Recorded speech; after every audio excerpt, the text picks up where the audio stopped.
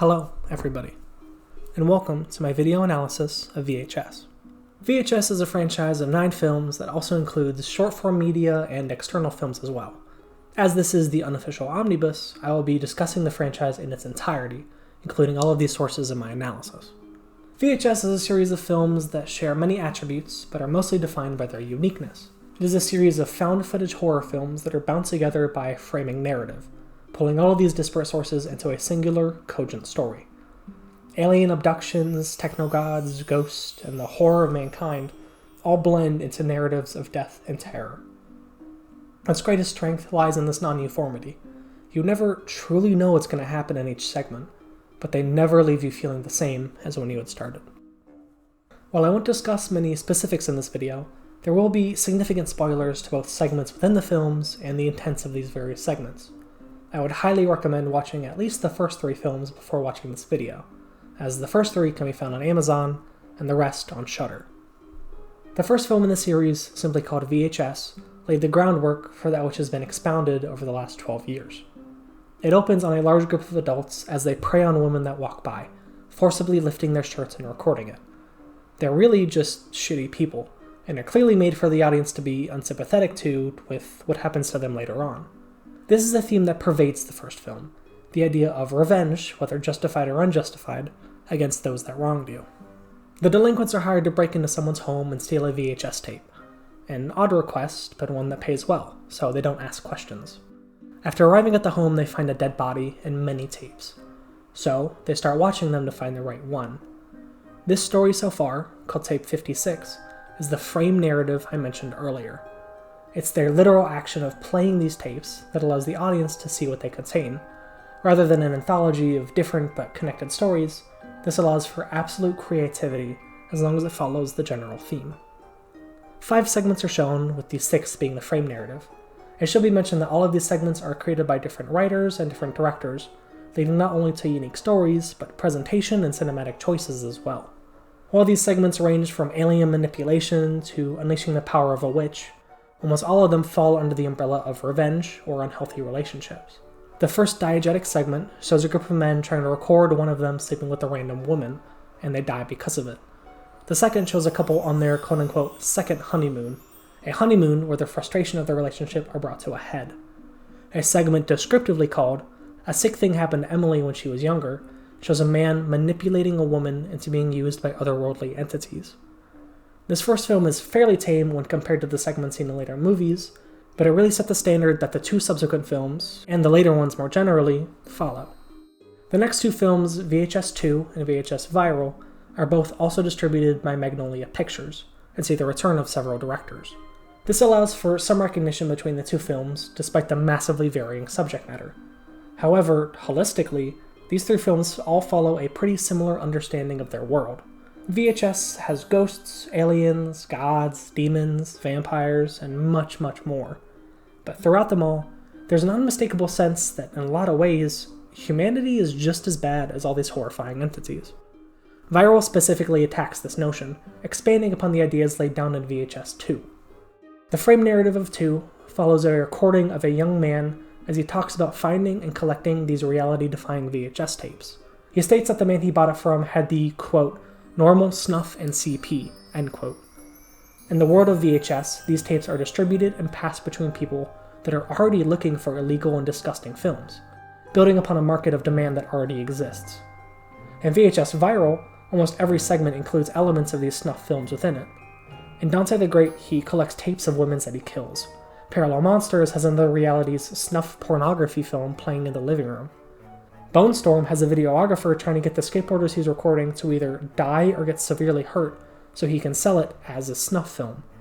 Seemingly, in many ways, these films are created or exist in the first place because people want to see this, or have an appetite for this very level of depravity. There was a segment in Viral that was originally slated to be in the film as well, but it was cut due to not agreeing with the, quote, theme of the rest of the film. The segment is called Gorgeous Vortex by Todd Lincoln, and can be found on Vimeo if you're interested. It's a short based almost entirely on sensuality and transcendentalism. No words are spoken, but it seemingly tells the story of a woman that escaped a shadowy organization that uses and controls women as well as monsters. Again, it was likely cut due to the lack of a clear narrative and an entirely different perspective on society. VHS 2 and Viral were received quite poorly by audiences when they were released in 2013 and 2014 respectively. Because of this, Magnolia Films didn't continue producing these films. However, this didn't stop the VHS franchise from expanding. 2016 was the release of Siren, a spin-off from VHS 1, the first segment watched by the delinquents and the audience. Siren isn't found footage, and it doesn't follow the thematic conventions of the previous films. It was released 2 years after Viral, trying to fill the gap that exists between Magnolia's and Shudder's productions. It follows Jonah, a man going to his bachelor party, somehow finding his way into a secret society that hosts parties. There he meets a trapped succubus, which he eventually ends up freeing, though it is revealed that the secret party deals in memories, both given and received, rather than money. Siren is produced as the spin-off to Amateur Night, again the original segment she was seen in, but it was done by a different director.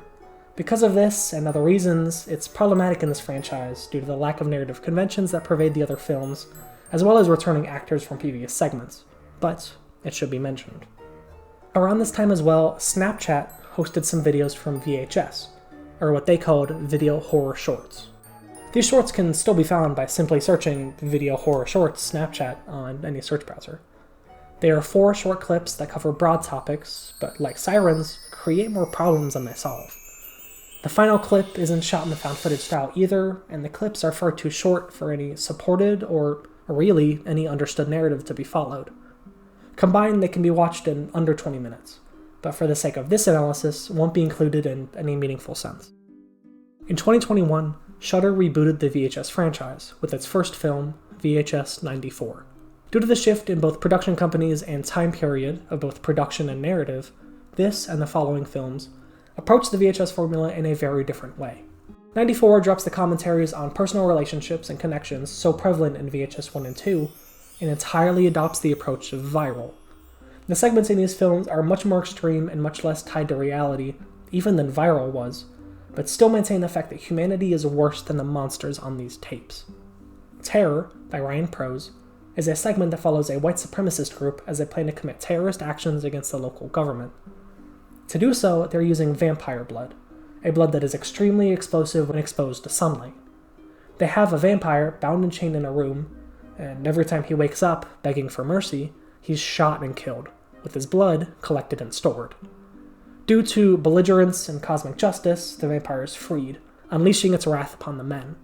Despite its final horrifying appearance, the audience is rooting for it, happy that these awful men pay for their hatred and their actions. Even the segments in 94 that don't really follow the idea of humanity's evil nature, Storm Drain and Empty Wake, still present monsters that are enabled by the people around them. Storm Drain has a priest worshipping the Rotma. In Empty Wake, the older man seemingly enacts Andrew's rebirth and stop Haley from leaving. It's an inescapable part of the film, tying it to the films previously. As Shudder films progressed, they began experimenting and tampering with the template that VHS had used up to this point. The frame narratives that used to explicitly stand outside of the segments, but enabled their presentation, now begin bleeding into the segments as well. In VHS 99, the next film, the quasi-frame narrative is presented as an amateur filmmaker creating stop-motion videos with simple toys and soldier action figures. It's only later in the film that we realize that this amateur filmmaker is a character in the later segment, the Gawkers. While a minor character, this example and a very small reference in Terror, the white supremacist group mentioned earlier, denote the beginning of these external stories becoming less and less external. This change really comes to a head in VHS 85, where there is no frame narrative, but the segments themselves begin to interconnect. No Wake, a story of college kids being killed by a sniper, then waking up still alive later, leads directly into and is entirely connected to Ambrosia, a story of that very sniper presenting her kills as footage to her family. Neither narrative can exist without the other, but it isn't well into Ambrosia that the connection is understood. The defined role of the frame narrative becomes less and less defined as Shudder continues playing with the formula. They aren't afraid to play with an audience's expectations because, as I said in the very beginning of this discussion, the greatest strength of these films is making sure the audience doesn't know what's coming next. In my mind, VHS 85 is the best rendition of this so-called formula to date. However, it is only so impactful because of the previous, existing films creating an expectations it breaks so well. I mentioned it earlier, but I'd like to say again how the backwards jump in time through Shudder's films really supported these films' creativity. During Magnolia's run, VHS was a type of film that was already out of fashion. Few kids at that time used or knew what VHS tapes were, but older generations looked at it with nostalgia. This created an interesting pairing between these two groups, as they can both watch the same movie and hold very different implicit biases to what's being presented. It's either an outdated piece of tech that uses its age to hold secret footage, or it's simply a callback to a different time, the heyday of snuff films and amateur productions and analog sources. Stepping back into the 80s and 90s reinforces these implicit assumptions, while also changing them for younger generations. Shudder seems to have either purposefully or accidentally co-opted the recently recognized genre of analog horror found in short-form medium in places such as YouTube. Analog horror is a genre based on, obviously, analog recordings of VHS and otherwise. Genre-defining series such as the Backrooms and Mandela catalog were in full swing at the time. And as VHS itself was never far from this point, this may have prompted such a significant shift in time. While VHS 94, 99, and 85 can all be paired by their similar conventions and experimentations within the formula of VHS films, VHS Beyond stands entirely alone in this regard. While VHS 94, 99, and 85 can all be paired by their similar conventions and experimentations within the formula of VHS films, VHS Beyond stands entirely alone in this regard. Beyond doesn't have a frame narrative, instead changing it for a documentary-style fourth wall break. This documentary claims that Jay Cheel was given the footage about to be presented, so he gathered film analysts and others to discuss and talk about the footage before it's shown. While I state that it isn't a frame narrative, it is in the sense that it sets the tone for almost every other segment. This is because 5 of the 6 segments, including the documentary, focus on sci-fi or alien stories. Aliens attacking people, people sneaking onto alien ships, it all falls under the same umbrella. This is a massive change from the previous 6 core films, forsaking total freedom for a fairly specific set of themes. It should be stated that the segment that doesn't match shows a person doing horrible things to others, so it maintains some level of admission that people are monsters themselves. At the end of this discussion, I'll talk about why I think the fourth wall break was included in the film, and just what it does for and to the audience. But until then, Beyond signifies a pretty rapid change in what was previously a gradual evolution. There is a 10th film confirmed to be released in 2025, so we'll have to see if this is a change that sticks around, or if the formula will become even more convoluted. I'd like to end this video by asking the question, just what is the world of VHS? Are all of them separate realities? Nothing really binds them together within the stories, only the blanket narrative of secret societies creating and distributing the tapes. Maybe they're all within the same universe, all existing side by side, but there are decent inconsistencies between them all. Viral shows the end of normality, but VHS Beyond takes place in 2021. In Ozzy's Dungeon in VHS 99, it said almost flippantly that Ozzy returned to outer space. This suggests that people know aliens exist, but then why would someone be trying so hard to prove that they do 2 films later? Unfortunately, I don't think the answer is as simple as all or none. The only true connection between all of the core VHS films is the idea of a common villain that is making, or producing, or simply distributing all of these films, hoping to get as many people as possible to watch them. We see characters both in the Magnolia and Shudder films that are purposely creating VHS tapes for others to watch, which makes me believe that it isn't one singular being. Personally, I much prefer the idea that it's lots of people, with plenty of them being accidental, that are creating these films. Like snuff films, they are produced quietly and sold to targeted small audiences, to later be distributed further and further.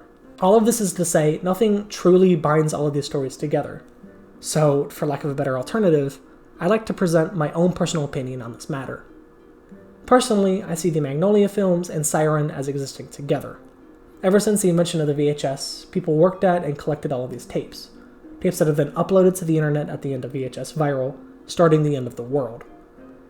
Then, I believe that the first 4 Shudder films are either apocryphal or exist in a separate reality.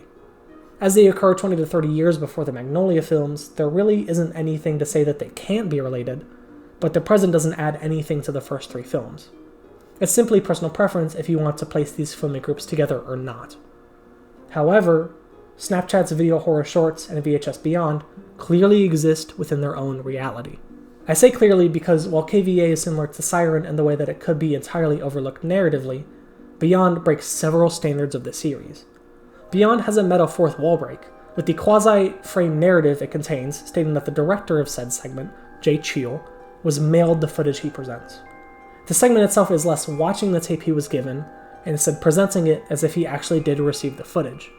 He invites alien and UFO video debunkers and people familiar with the tape's origin to talk about it before showing the clips. Beyond is an anthology of alien and sci-fi segments, with only one being different in subject matter. It seems, however, that Beyond is trying to integrate itself much more thoroughly in our reality than other films. Found footage always derives some of its fear or dread factor from the notion that, feasibly, these horror clips could have been taken by a real person. Beyond seems to try and step past that connection and make it explicitly part of our world. This is a pretty gargantuan shift in narrative direction, and as such, I personally classify it in a distinct category or timeline. However, clearly, there is no simple answer to this question, and every interpretation is just as valid as any other. I'm excited to see where this franchise takes me, and I'm very appreciative of everyone that has stuck around and allowed me to ramble on for this long. Thank you all so much for listening. Please look into these films if you are a fan of horror or found footage, and please, have a fantastic day.